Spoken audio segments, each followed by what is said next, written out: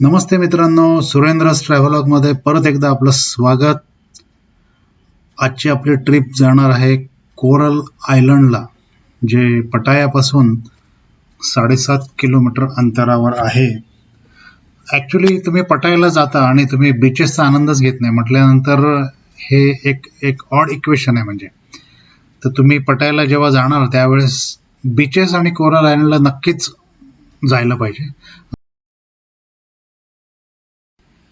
Actually थायलंडला जवळपास 2,500 किलोमीटरची कोस्टलाईन लाभलेली आहे आणि म्हणजे आपल्याला मोजता येणार नाही एवढे आयलंड्स आहेत या कंट्रीमध्ये, थायलंडमध्ये.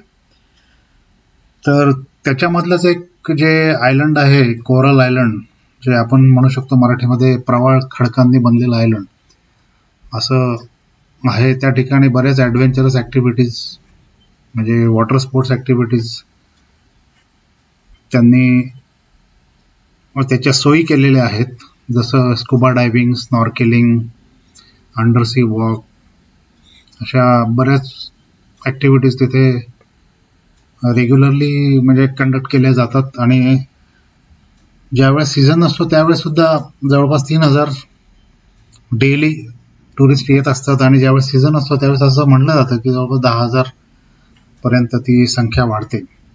अशा प्रकारे एकदम फेमस अशा स्पॉटला आता आपण पोचणार आहोत आणि त्या ठिकाणी आज आम्ही कुठल्या ॲडव्हेंचरस ॲक्टिव्हिटीज केलेल्या आहेत त्या तुम्हाला दाखवू. आता आपण पोचलेलो आहोत जवळपास पटायाच्या डेक, म्हणजे जिथून फेरी बोट निघते त्या डेकवर आपण पोचलेलो आहोत. आणि काही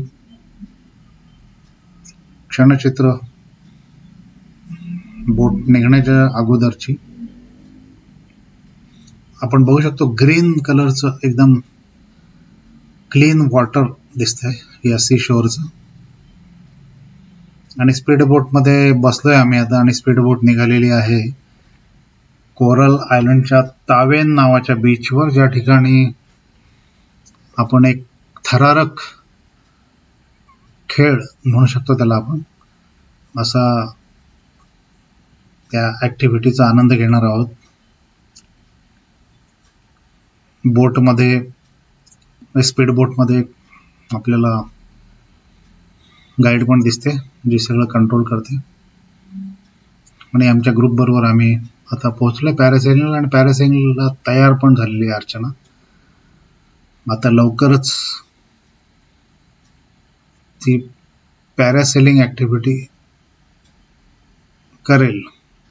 म्हणजे पॅरासेलिंग म्हणजे हा एक साहसी खेळ आहे आणि मोटर बोट पॅराशूट ओढत असताना तुम्हाला जो आनंद मिळतो आकाशामध्ये, जसं पक्षी जसे आकाशात उडतात, आपण पक्ष्यासारखं तर उडू शकत नाही, पण पॅराशूट आपल्याला हवेमध्ये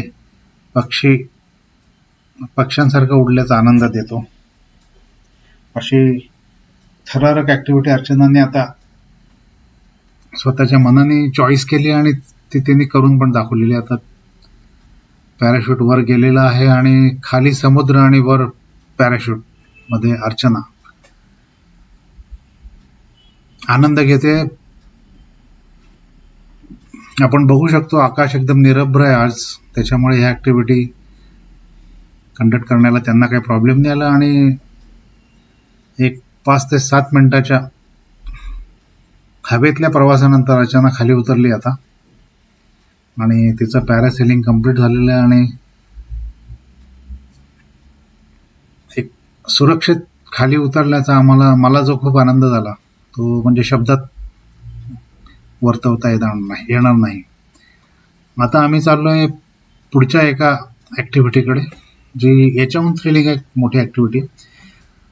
त्या ॲक्टिव्हिटीकडे जाताना आम्ही अशा एका बोटीत बसलेलो होतो ज्या ठिकाणी ज्याचं बॉटम ग्लासचा होता आणि त्याच्यातून आपण पाण्यातले मासे किंवा प्रवाळ खडकांचं निरीक्षण आपण करू शकतो. तुम्ही बघू शकता जे आमचे ग्रुप मेंबर्स आहेत ते सगळे खाली समुद्रामध्ये बघतायत,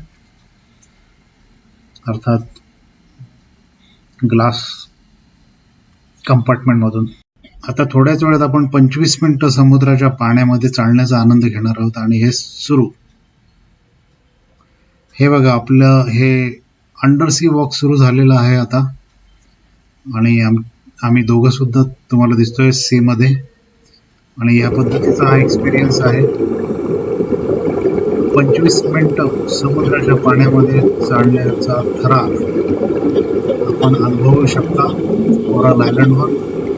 आजूबाजूला तुम्ही मासे ऑब्झर्व करू शकता, प्रवाळ ऑब्झर्व करू शकता. आता एक छोटा कोकोनट ब्रेक तर नक्कीच बनतो.